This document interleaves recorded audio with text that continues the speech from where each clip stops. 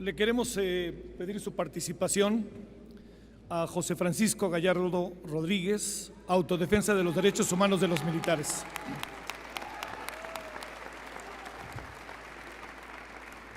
El general Gallardo es general brigadier del Ejército Mexicano, licenciado, maestro y doctor en Ciencias Políticas y Administración Pública por la Facultad de Ciencias Políticas y Sociales de la UNAM, colaborador y subdirector de la revista Fórum, y además ha recibido en muchas ocasiones diferentes reconocimientos por su lucha en favor de los militares, derechos humanos y derechos humanos en general. Adelante, general.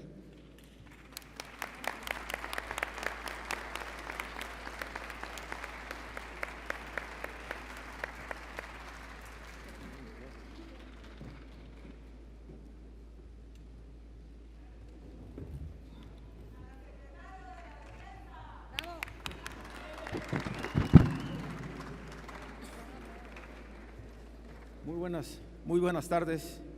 Muchas gracias por la invitación a participar en este foro sobre el tema de las autodefensas. Y es un honor también compartir con todos ustedes pues una apreciación muy particular que yo tengo sobre el tema. El día de hoy estamos debatiendo o revisando un tema que tiene que ver con la sobrevivencia del Estado. De ese tamaño es el asunto que estamos revisando el día de hoy. Estaba viendo algunos apuntes que tengo sobre el tema y llego a la conclusión de que un Estado que se separa de la justicia se convierte en un grupo de criminales. Desgraciadamente, México ha sido gobernado por una caterva de criminales porque llegan a las posiciones de poder a través de fraudes electorales perfectamente bien documentados y tipificados en México. Esto ha provocado que en México vivamos un estado delincuencial que ha provocado un halo de impunidad que se refleja en graves violaciones a los derechos humanos, grandes índices de violaciones a las mujeres. Tenemos un recuento, las organizaciones no gubernamentales a partir de 2000, que yo tomo como un parteaguas en México, porque llega un partido diferente a un partido de Estado que gobernó durante 71 años, pero que ya regresó. Llevamos un recuerdo de cerca de 500,000 muertos. Hay reconocidos por el gobierno 26,000 desaparecidos. Acaba de estar el presidente de la Comisión de Derechos en el Senado y reconoce que hay 18,000 desaparecidos más. Hay 40,000 cuerpos en los CEMEFOS de toda la República Mexicana que no pueden ser identificados. Hay una política de extinción o de exterminio en contra de los migrantes centroamericanos que pasan buscando un nuevo proyecto de vida en los Estados Unidos. Y en términos generales, hay un rompimiento institucional del Estado mexicano. Lo que nos debe llevar a preguntar aquí, ¿por qué surgen los grupos de autodefensa? Porque a través de una presencia de un estado delincuencial hay una ausencia de gobierno, hay una ausencia de autoridad, ¿sí? Y las instituciones encargadas de procurar y de administración justicia nunca han atendido las necesidades sociales. Es decir, el gobierno en México está apartado precisamente de los reclamos sociales. ¿Qué es lo que sucede con ello? Pues lógico, hay movimientos, ¿sí?, de la sociedad que impiden estos abusos por parte del poder. Otra situación que estamos viviendo a partir de este análisis es que la autoridad históricamente ha sido incompetente, porque la autoridad ilegítima que llega al poder responde a intereses de grupo, responde a intereses específicos de grupos de poder y de la oligarquía en México. La sociedad en México está abandonada. ¿Por qué surgen los grupos de autodefensa? Y me refiero en casos concretos específicos porque están aquí en este foro. Por ejemplo, En 1994, el Levantamiento Zapatista es un grupo de autodefensa en donde Salinas de Gortari anuncia que México pasa al primer mundo, y las comunidades indígenas en Chiapas le dicen: aquí estamos nosotros. Ese fue un movimiento integracionalista, no separatista. Sin embargo, lo que hizo el gobierno fue aniquilar, someter, reprimir, ¿sí?, a esos movimientos, que se ve reflejado en un crimen de Estado en Acteal, donde fueron asesinados más de 40 y tantos indígenas, mujeres embarazadas, etcétera, en presencia del ejército, a través de grupos paramilitares que son auspiciados, entrenados, tutelados, encubiertos por el gobierno federal, por el ejército y por las autoridades locales. Otro ejemplo, ¿por qué surgen los grupos de autodefensa? Después de la masacre de Aguas Blancas, en donde un grupo de campesinos iban a hacer una manifestación a una zona donde iba a haber un pronunciamiento con el gobernador del estado en aquel entonces, es detenido en el Bajo de Aguas Blancas y son acribillados más de 20 indígenas. Surge el grupo de autodefensa, ahorita ya tienen casi 30 años, pero este grupo de autodefensa, que es la CRAC, tiene una ley secundaria, está reconocido en la Constitución local, aparte tienen un reglamento. Estos grupos, ¿sí?, surge desde el influjo social y logran en un poco tiempo abatir la criminalidad un 90%. Esto, lógico, no le conviene al gobierno. ¿Por qué? Porque en esas zonas, desgraciadamente, para las transnacionales, ¿sí?, que vienen a apoderarse de nuestros recursos, en el caso concreto de los minerales, del oro, de la plata, de los bosques, es decir, de nuestros recursos naturales, estos grupos van a impedir, ¿sí?, que estas transnacionales o estos grupos se apropien de los recursos naturales sin el consentimiento de las comunidades indígenas, en el caso concreto de Guerrero. Nos vamos ahora a un ejemplo que hace foco en Michoacán. ¿Qué es lo que sucede en Michoacán? Lo que sucede en Michoacán es un asunto de ausencia de autoridad, es un asunto de ausencia de gobierno y un abandono que históricamente tiene la autoridad y el gobierno en esa parte concreta, pero existe en toda la República. Las manifestaciones de grupos de autodefensa se dan en 12 entidades federativas, 12. ¿Cómo es que el gobierno lo puede revertir?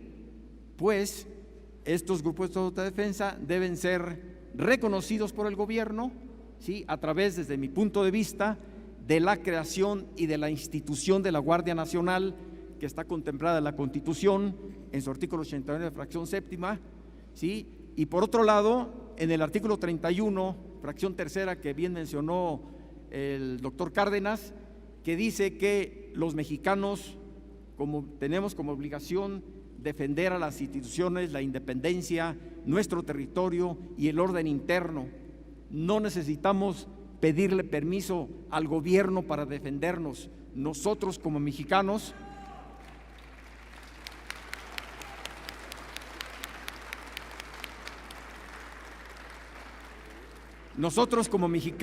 tenemos el derecho de defender nuestro terruño, nuestro territorio, porque además es una obligación constitucional.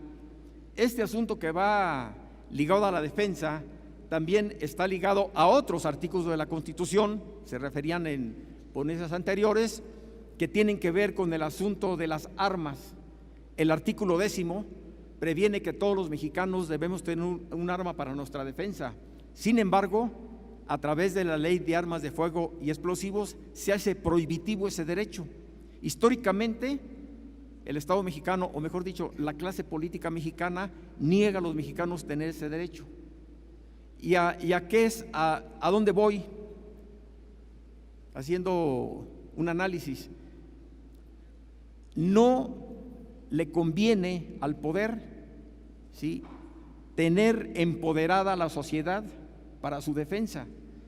¿Por qué? Porque a través de la historia, a través de un partido político que nos gobernó durante 71 años y que ahora está de regreso, ¿sí?, se ha creado una sociedad dependiente, sumisa, acrítica y siempre pendiente de la dádiva a través de un sistema corrupto, ¿sí?, que ha trastocado, ¿sí?, el orden constitucional y ha roto el tejido social, que ahora hace crisis precisamente con el levantamiento y la presencia de los grupos de autodefensa a nivel nacional. El tema de la seguridad es un tema muy delicado porque tiene repercusiones en todo el espectro social y en el sistema de gobierno. Por eso es un reclamo de la autoridad, ¿sí?, en donde ellos dicen: está prohibido por la Constitución, ¿sí?, que la sociedad o el ciudadano se haga justicia por su propia mano, artículo 17. Ah, sí, pero otra parte de la Constitución dice que el Estado tiene la obligación, ¿sí?, de proporcionar la seguridad y de hacer funcionar los órganos de procuración y administración de justicia para mantener el tejido social. Hay un pensador y un estudioso, Von Juste, que dice: el orden interno de un Estado radica en la exacta procuración y administración de justicia, y agregaría, y en el ordenamiento de la sociedad, en una sociedad que se involucre, ¿sí?, en los aspectos de carácter político y que se organice para impedir precisamente los abusos de poder por parte de los políticos y de la autoridad federal, local, estatal y municipal. Ahora bien, ¿por qué hay una crítica o por qué no existe la Guardia Nacional físicamente? Existe constitucionalmente, pero ¿por qué desaparece?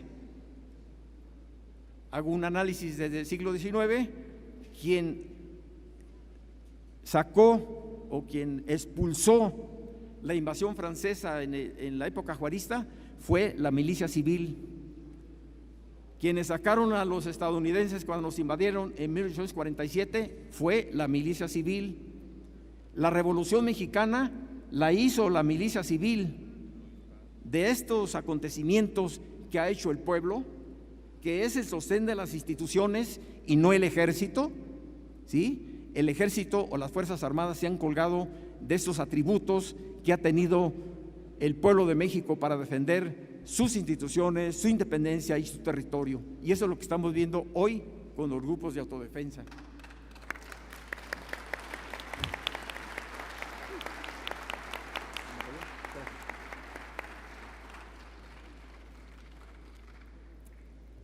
Ahora bien, ¿por qué no se da vida a esta institución? Porque al gobierno no le conviene.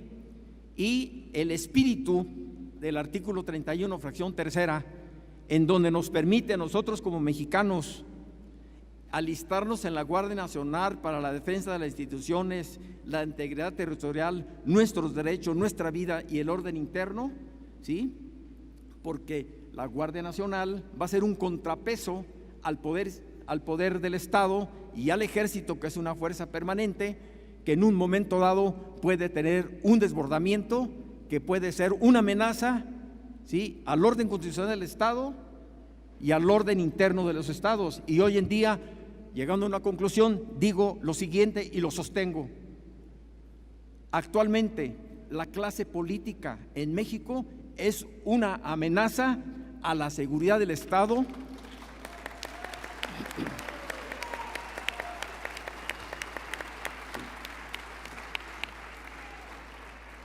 es una amenaza a la seguridad del Estado y a la sobrevivencia del Estado mexicano.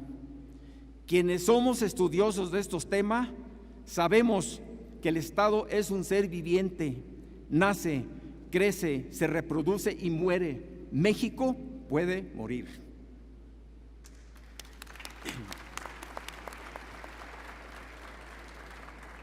Y puede morir porque podemos pasar a ser una estrella más de la bandera de Estados Unidos y ser un protectorado, y para allá vamos.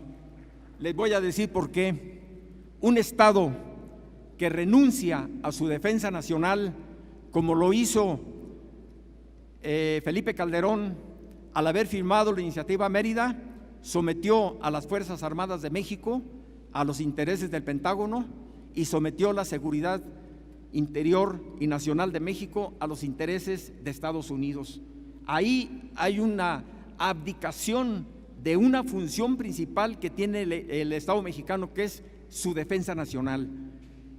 La defensa nacional de México está subordinada a la seguridad interior de Estados Unidos, iniciativa Mérida, pero también lo hizo Fox al firmar la Alianza para la Seguridad y Prosperidad de América del Norte en el 2005, pero igual lo hizo Salinas cuando firmó el Tratado de Libre Comercio, porque sometió a las instituciones que tienen que ver con la sobrevivencia del Estado para que México sea un país independiente, igual en toda la comunidad internacional. Fíjense de qué estamos hablando. Quiero que lo vean, que lo sientan. Quizás yo como militar y como estudioso de esos temas de estrategia, yo lo percibo y me preocupo. Ahora bien, ¿cómo podemos parar todo esto? Y casi con esto concluyo, porque ya hasta me he de haber pasado el tiempo. ¿Quién puede parar esto? Nosotros lo podemos parar. Alguien decide armarse, como lo hicieron en Michoacán. Otros deciden organizarse. Aquí el padre Solanino nos enseñó una escoba, pues con esa, piedras, garrotes, hasta con las uñas. Debemos formar una autodefensa. Somos autodefensa. Nunca esperemos del gobierno que vea por nosotros. Si nosotros permitimos que el gobierno siga ahí, es porque nosotros permitimos eso. No lo debemos permitir. Vienen las elecciones del año que entra. Puede haber un cambio, ¿sí? Puede haber un cambio, pero eso si nosotros lo queremos, ¿sí? No vamos a permitir, por lo menos yo, que nadie toque nuestra soberanía.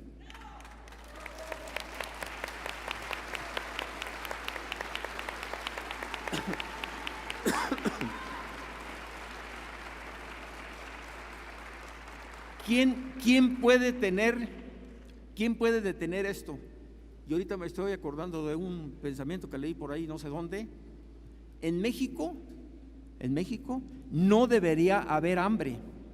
En México tenemos todos los recursos, y dije todos. Tenemos acceso a dos océanos, al Atlántico y al Pacífico. Tenemos 3 golfos de los más importantes. México, que si nos dormimos, en vez de llamarse Golfo de México, se va a llamar Golfo de Estados Unidos. El Golfo de California, que es una reserva ecológica, Tehuantepec. Tenemos 12,000 kilómetros de litorales. Somos un vínculo de una cultura latinoamericana con una anglosajona. No, nosotros tenemos una cultura más rica que la que tiene Estados Unidos.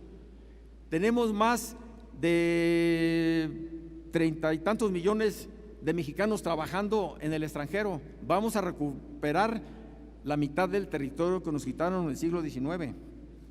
El mexicano es muy creativo.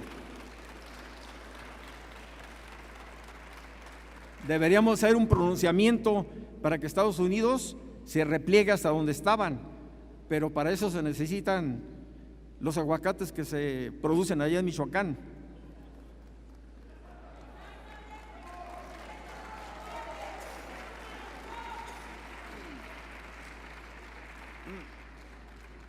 ¿Quién puede parar esto? Los grupos de autodefensa, la Guardia Nacional, el pueblo empoderado de sus derechos ciudadanos. ¿Ya ven? Así, fácil y sencillo. Así como los grupos de autodefensa hicieron valer su derecho en el artículo 31, fracción tercera, nosotros hagamos valer nuestros derechos, cada uno de los artículos que están en la Constitución y apoyados en la reforma que mencionaba el doctor Cárdenas, el artículo 1, en donde nos prevalece el tema de la persona sobre cualquier situación de Estado. En un Estado democrático prevalece la seguridad humana sobre la seguridad del Estado, que el Estado tiene la obligación de proteger a sus ciudadanos y a su territorio. Así de fácil y de sencillo lo veo yo.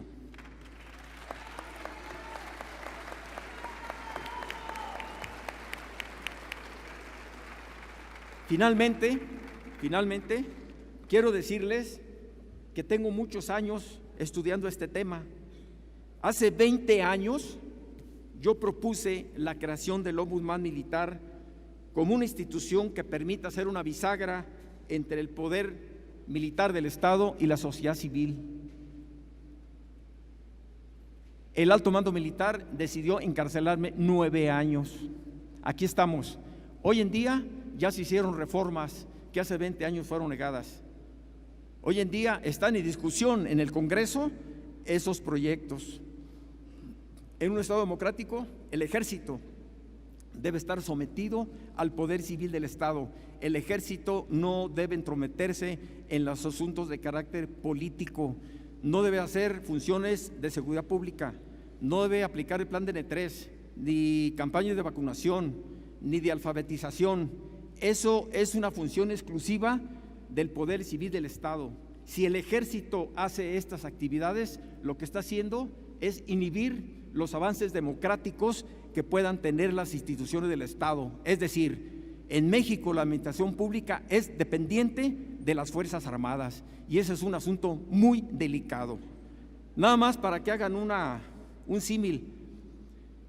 Después de la Guerra de Secesión de Estados Unidos, 1800 y fracción, se prohibió estrictamente que el Ejército hiciera funciones de orden interno y participara en asuntos de carácter político. En México estamos en el siglo XXI, todavía no podemos regresar al Ejército a sus cuarteles. Nos vamos a tardar más que el Ejército regrese a sus cuarteles, ¿sí?, para avanzar en los aspectos de carácter democrático. Hoy el Ejército, vean ustedes cuántas actividades ha tenido desde que llegó el señor Peña Nieto. Hasta en la sopa nos lo encontramos. Ahora tiene letras de oro en el Senado de la República, pero tiene 18,000 quejas por violaciones a los derechos humanos. No rinde cuentas a nadie y además, en el tiempo que va de Peña Nieto y Calderón, el gasto de defensa subió 800% y no funciona. Uno de los aspectos más importantes que toca el tema de las autodefensas es que pone en crisis la actuación del Ejército y los asuntos de orden interno. Estamos en una situación grave. Nosotros tenemos que ser autodefensas. La soberanía es al pueblo lo que la dignidad es al hombre. Muchas gracias.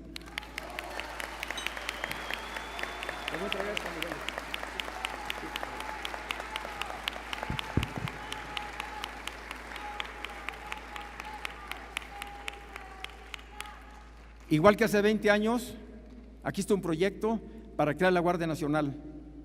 Se lo entrego al comandante Mireles y al comandante Hipólito.